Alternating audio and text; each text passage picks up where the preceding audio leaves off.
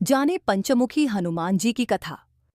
ये पौराणिक कथा उस समय की है जब लंका में महाबलशाली मेघनाद के साथ बड़ा ही भीषण युद्ध चला।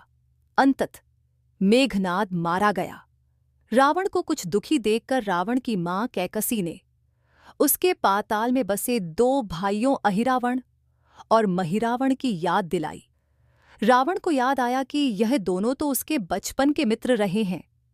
लंका का राजा बनने के बाद रावण को उनकी सुध ही नहीं रही थी। रावण यह भली प्रकार जानता था कि अहिरावण व महिरावण तंत्र मंत्र के महापंडित, जादू टोने के धनी और मां कामाक्षी के परम भक्त हैं। रावण ने उन्हें बुलावा भेजा और कहा कि वह अपने छल बल कौशल से श्री राम व लक्ष्मण का सफाया कर दे। यह बात दूतों के जरिए विभीषण को पता लग गई। युद्ध में अहिरावण व महिरावण जैसे परम मायावी के शामिल होने से विभीषण चिंता में पड़ गए। विभीषण को लगा कि भगवान श्री राम और लक्ष्मण की सुरक्षा व्यवस्था और कादी करनी पड़ेगी। इसके लिए उन्हें सबसे बेहतर लगा कि इसका जिम्मा परमवीर हनुमान जी को सौंप दिया जाए। साथ ही वे अपनी भी निगरानी में लगे थे। राम लक्ष्मण की कुटिया लंका में सुवेल पर्वत पर बनी थी। हनुमान जी ने भगवान श्री राम की कुटिया के चारों ओर एक सुरक्षा घेरा खींच दिया। कोई जादू टोना, तंत्र मंत्र का असर या मायावी राक्षस इसके भीतर नहीं घुस सकता था। अहिरावण और महिरावण श्री राम और लक्ष्मण को मारने उनकी कुटिया तक पहुंचे, पर इस सुरक्षा घेरे के आगे उनकी एक न चली। अहिरावण और महिरावण असफल रहे। ऐसे में उन्होंने एक चाल चली। महिरावण विभीषण का रूप धर के कुटिया में घुस गया। राम व लक्ष्मण पत्थर की सपाट शिलाओं पर गहरी नींद सो रहे थे। दोनों राक्षसों ने बिना आहट के शिला समेत दोनों भाइयों को उठा लिया और अपने निवास पाताल की ओर लेकर चल दिए। विभीषण लगातार सतर्क थे। उन्हें कुछ देर में ही पता चल गया कि कोई अनहोनी घट चुकी है। विभीषण को महिरावण पर शक था। उन्हें राम लक्ष्मण की जान की चिंता सताने लगी। विभीषण ने हनुमान जी को महिरावण के बारे में बताते हुए कहा कि वे उसका पीछा करें। लंका में अपने रूप में घूमना राम भक्त हनुमान के लिए ठीक न था, सो उन्होंने पक्षी का रूप धारण कर लिया और पक्षी के रूप में ही निकुंभला नगर पहुंच गए। निकुंभला नगरी में पक्षी रूप धरे हनुमान जी ने कबूतर और कबूतरी को आपस में बात करते सुना। कबूतर कबूतरी से कह रहा था कि अब रावण की जीत पक्की है। अहिरावण व महिरावण राम लक्ष्मण को बलि चढ़ा देंगे, बस सारा युद्ध समाप्त। कबूतर की बातों से ही बजरंग बली को पता चला कि दोनों राक्षस राम लक्ष्मण को सोते हुए ही उठाकर कामाक्षी देवी को बलि चढ़ाने पाताल लोक ले गए हैं। हनुमान जी वायु वेग से रसातल की ओर बढ़े और तुरंत वहां पहुंचे। हनुमान जी को रसातल के प्रवेश द्वार पर एक अद्भुत पहरेदार मिला। इसका आधा शरीर वानर का और आधा मछली का था। उसने हनुमान जी को पाताल में प्रवेश से रोक दिया। द्वारपाल हनुमान जी से बोला कि मुझको परास्त किए बिना तुम्हारा भीतर जाना असंभव है। दोनों में लद्दई ठन गई। हनुमान जी की आशा के विपरीत यह बड़िद्दा ही बलशाली और कुशल योद्धा निकला। दोनों ही बड़े बलशाली थे। दोनों में बहुत भयंकर युद्ध हुआ, परंतु वह बजरंग बली के आगे न टिक सका। आखिरकार हनुमान जी ने उसे हरा तो दिया, पर उस द्वारपाल की प्रशंसा करने से नहीं रह सके। हनुमान जी ने उस वीर से पूछा कि हे वीर, तुम अपना परिचय दो। तुम्हारा स्वरूप भी कुछ ऐसा है कि उससे कौतूहल हो रहा है। उस वीर ने उत्तर दिया, मैं हनुमान का पुत्र हूँ और एक मछली से पैदा हुआ हूँ। मेरा नाम है मकरध्वज। हनुमान जी ने यह सुना तो आश्चर्य में पड़ गए। वह वीर की बात सुनने लगे। मकरध्वज ने कहा, लंका दहन के बाद हनुमान जी समुद्र में अपनी पूंछ की अग्नि शांत करने पहुंचे। उनके शरीर से पसीने के रूप में तेज गिरा। उस समय मेरी मां ने आहार के लिए मुख खोला था। वह तेज मेरी माता ने अपने मुख में ले लिया और वह गर्भवती हो गई। उसी से मेरा जन्म हुआ है। हनुमान जी ने जब यह सुना तो मकरध्वज को बताया कि वही हनुमान हैं।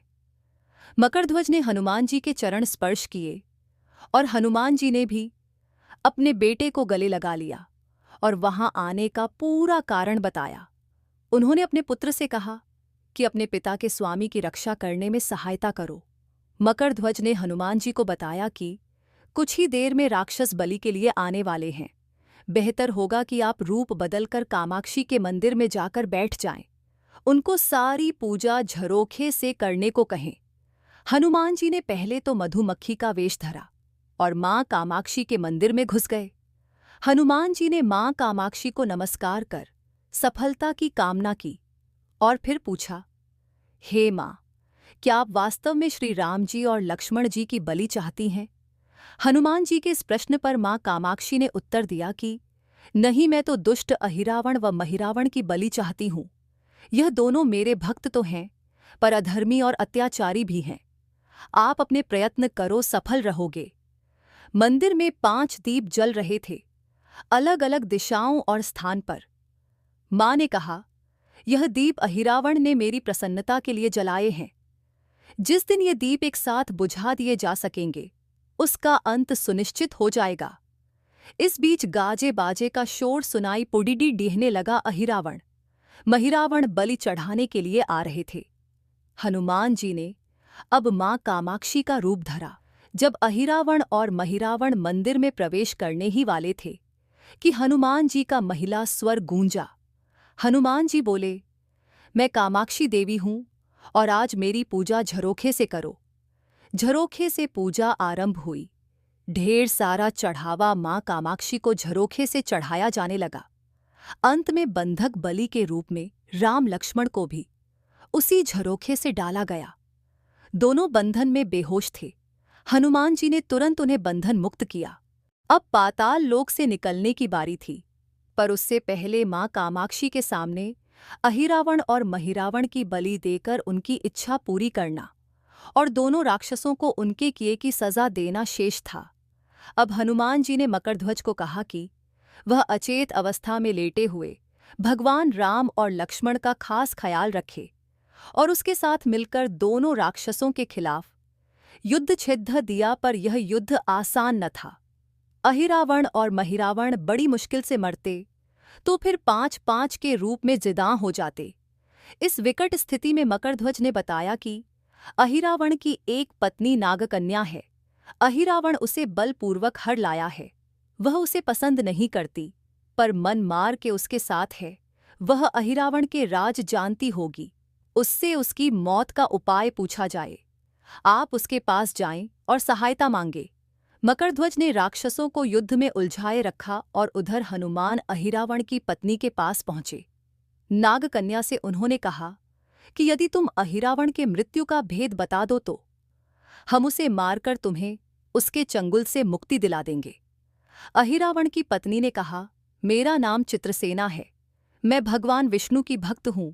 मेरे रूप पर अहिरावण मर मिटा और मेरा अपहरण कर यहां कैद किए हुए है, पर मैं उसे नहीं चाहती। लेकिन मैं अहिरावण का भेद तभी बताऊंगी जब मेरी इच्छा पूरी की जाएगी। हनुमान जी ने अहिरावण की पत्नी नागकन्या चित्रसेना से पूछा कि आप अहिरावण की मृत्यु का रहस्य बताने के बदले में क्या चाहती हैं? आप मुझसे अपनी शर्त बताएं, मैं उसे जरूर मानूंगा। चित्रसेना ने कहा, दुर्भाग्य से अहिरावण जैसा असुर मुझे हर लाया। इससे मेरा जीवन खराब हो गया। मैं अपने दुर्भाग्य को सौभाग्य में बदलना चाहती हूं। आप अगर मेरा विवाह श्री राम से कराने का वचन दें तो मैं अहिरावण के वध का रहस्य बताऊंगी। हनुमान जी सोच में पड़ी तेदी गए। भगवान श्री राम तो एक पत्नीनिष्ठ हैं। अपनी धर्म पत्नी देवी सीता को मुक्त कराने के लिए असुरों से युद्ध कर रहे हैं। वह किसी और से विवाह की बात तो कभी न स्वीकारेंगे। मैं कैसे वचन दे सकता हूं? फिर सोचने लगे कि यदि समय पर उचित निर्णय न लिया तो स्वामी के प्राण ही संकट में हैं। असमंजस की स्थिति में बेचैन हनुमान जी ने ऐसी राह निकाली कि सांप भी मर जाए और लाठी भी न टूटे। हनुमान जी बोले, तुम्हारी शर्त स्वीकार है, पर हमारी भी एक शर्त है। यह विवाह तभी होगा जब तुम्हारे साथ भगवान राम जिस पलंग पर आसीन होंगे वह सही सलामत रहना चाहिए। यदि वह टूटा तो इसे अपशकुन मानकर वचन से पीछे हट जाऊंगा। जब महाकाय अहिरावण के बैठने से पलंग नहीं टूटता तो भला श्रीराम के बैठने से कैसे टूटेगा? यह सोचकर चित्रसेना तैयार हो गई। उसने अहिरावण समेत सभी राक्षसों के अंत का सारा भेद बता दिया। चित्रसेना ने कहा, दोनों राक्षसों के बचपन की बात है। इन दोनों के कुछ शरारती राक्षस मित्रों ने कहीं से एक भ्रामरी को पकड़ लिया। मनोरंजन के लिए वे उस भ्रामरी को बार बार कांटों से छेड़ रहे थे। भ्रामरी साधारण भ्रामरी न थी, वह भी बहुत मायावी थी, किंतु किसी कारणवश वह पकड़ में आ गई थी। भ्रामरी की पीड़ा सुनकर अहिरावण और महिरावण को दया आ गई और अपने मित्रों से लड़कर उसे छुड़ा दिया। मायावी भ्रामरी का पति भी अपनी पत्नी की पीड़ा सुनकर आया था। अपनी पत्नी की मुक्ति से प्रसन्न होकर उस भौरे ने वचन दिया था कि तुम्हारे उपकार का बदला हम सभी भ्रमर जाति मिलकर चुकाएंगे। ये भौरे अधिकतर उसके शयन कक्ष के पास रहते हैं। ये सब बड्डिद्दी भारी संख्या में हैं। दोनों राक्षसों को जब भी मारने का प्रयास हुआ है और ये मरने को हो जाते हैं, तब भ्रमर उनके मुख में एक बूंद अमृत का डाल देते हैं। उस अमृत के कारण ये दोनों राक्षस मरकर भी जिंदा हो जाते हैं। इनके कई कई रूप उसी अमृत के कारण हैं। इन्हें जितनी बार फिर से जीवन दिया गया, उनके उतने नए रूप बन गए हैं। इसलिए आपको पहले इन भंवरों को मारना होगा। हनुमान जी रहस्य जानकर लौटे मकरध्वज ने अहिरावण को युद्ध में उलझा रखा था, तो हनुमान जी ने भंवरों का खात्मा शुरू किया। वे आखिर हनुमान जी के सामने कहाँ तक टिकते? जब सारे भ्रमर खत्म हो गए और केवल एक बचा, तो वह हनुमान जी के चरणों में लौट गया। उसने हनुमान जी से प्राण रक्षा की याचना की। हनुमान जी पसीज गए। उन्होंने उसे क्षमा करते हुए एक काम सौंपा। हनुमान जी बोले, मैं तुम्हें प्राण दान देता हूं, पर इस शर्त पर कि तुम यहां से तुरंत चले जाओगे और अहिरावण की पत्नी के पलंग की पार्टी में घुसकर जल्दी से जल्दी उसे पूरी तरह खोखला बना दोगे। भंवरा तत्काल चित्रसेना के पलंग की पार्टी में घुसने के लिए प्रस्थान कर गया। इधर अहिरावण और महिरावण को अपने चमत्कार के लुप्त होने से बहुत अचरज हुआ, पर उन्होंने मायावी युद्ध जारी रखा। भ्रमरों को हनुमान जी ने समाप्त कर दिया, पर फिर भी हनुमान जी और मकरध्वज के हाथों अहिरावण और महिरावण का अंत नहीं हो पा रहा था। यह देखकर हनुमान जी कुछ चिंतित हुए। फिर उन्हें कामाक्षी देवी का वचन याद आया। देवी ने बताया था कि अहिरावण की सिद्धि है कि जब पांचों दीप एक साथ बुझेंगे, तभी वे नए नए रूप धारण करने में असमर्थ होंगे और उनका वध हो सकेगा। हनुमान जी ने तत्काल पंचमुखी रूप धारण कर लिया। उत्तर दिशा में वराह मुख, दक्षिण दिशा में नरसिंह मुख, पश्चिम में गरुड़ मुख, आकाश की ओर हयग्रीव मुख एवं पूर्व दिशा में हनुमान मुख। उसके बाद हनुमान जी ने अपने पांचों मुख द्वारा एक साथ पांचों दीपक बुझा दिए। अब उनके बार बार पैदा होने और लंबे समय तक जिंदा रहने की सारी आशंकाएं समाप्त हो गई थीं। हनुमान जी और मकरध्वज के हाथों शीघ्र ही दोनों राक्षस मारे गए। इसके बाद उन्होंने श्री राम और लक्ष्मण जी की मूर्छा दूर करने के उपाय किए। दोनों भाई होश में आ गए। चित्रसेना भी वहां आ गई थी। हनुमान जी ने कहा, प्रभु, अब आप अहिरावण और महिरावण के छल और बंधन से मुक्त हुए, पर इसके लिए हमें इस नागकन्या की सहायता लेनी पड़ी थी। अहिरावण इसे बलपूर्वक उठा लाया था। वह आपसे विवाह करना चाहती है। कृपया उससे विवाह कर अपने साथ ले चलें। इससे उसे भी मुक्ति मिलेगी। श्रीराम हनुमान जी की बात सुनकर चकराते। इससे पहले कि वह कुछ कह पाते, हनुमान जी ने ही कह दिया, भगवान, आप तो मुक्तिदाता हैं। अहिरावण को मारने का भेद इसी ने बताया है। इसके बिना हम उसे मारकर आपको बचाने में सफल न हो पाते। कृपा निधान इसे भी मुक्ति मिलनी चाहिए। परंतु आप चिंता न करें। हम सबका जीवन बचाने वाले के प्रति बस इतना कीजिए कि आप बस इस पलंग पर बैठिए, बाकी का काम मैं संपन्न करवाता हूँ। हनुमान जी इतनी तेजी से सारे कार्य करते जा रहे थे कि इससे श्री राम जी और लक्ष्मण जी दोनों चिंता में पड़ी सी दस गए। वह कोई कदम उठाते कि तब तक हनुमान जी ने भगवान राम की बाँह पकड़िद हट ली। हनुमान जी के भाव वेश में प्रभु श्री राम की बाँह पकड़िद दियस कर चित्रसेना को उस सजे धजे विशाल पलंग पर बिठा दिया। श्री राम कुछ समझ पाते कि तभी पलंग की खोखली पाटी चरमराकर टूट गई। पलंग धराशायी हो गया। चित्रसेना भी जमीन पर आ गिरी। हनुमान जी हंस पुडिड्डिहे और फिर चित्रसेना से बोले, अब तुम्हारी शर्त तो पूरी हुई नहीं, इसलिए यह विवाह नहीं हो सकता। तुम मुक्त हो और हम तुम्हें तुम्हारे लोक भेजने का प्रबंध करते हैं। चित्रसेना समझ गई कि उसके साथ छल हुआ है। उसने कहा कि मेरे साथ छल हुआ है। मर्यादा पुरुषोत्तम के सेवक उनके सामने किसी के साथ छल करें, यह तो बहुत अनुचित है। मैं हनुमान को श्राप दूंगी। चित्रसेना हनुमान जी को श्राप देने ही जा ही रही थी कि श्री राम का सम्मोहन भंग हुआ। वह इस पूरे नाटक को समझ गए। उन्होंने चित्रसेना को समझाया, मैंने एक पत्नी धर्म से बंधे होने का संकल्प लिया है, इसलिए हनुमान जी को यह करना पड़ा। उन्हें क्षमा कर दो। क्रुद्ध चित्रसेना तो उनसे विवाह की जिद पकड़े बैठी थी। श्री राम ने कहा, मैं जब द्वापर में श्रीकृष्ण अवतार लूंगा तब तुम्हें सत्यभामा के रूप में अपनी पटरानी बनाऊंगा। इससे वह मान गई। हनुमान जी ने चित्रसेना को उसके पिता के पास पहुंचा दिया। चित्रसेना को प्रभु ने अगले जन्म में पत्नी बनाने का वरदान दिया था।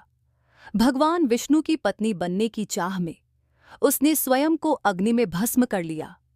श्री राम और लक्ष्मण, मकरध्वज और हनुमान जी सहित वापस लंका में सुवेल पर्वत पर लौट आए। दोस्तों, आपको ये कहानी कैसी लगी हमें कमेंट करके ज़रूर बताएं। ऐसी ही ज्ञानवर्धक वीडियो के लिए हमारे चैनल को सब्सक्राइब करें। वीडियो को ज़्यादा से ज़्यादा शेयर और लाइक करें। धन्यवाद।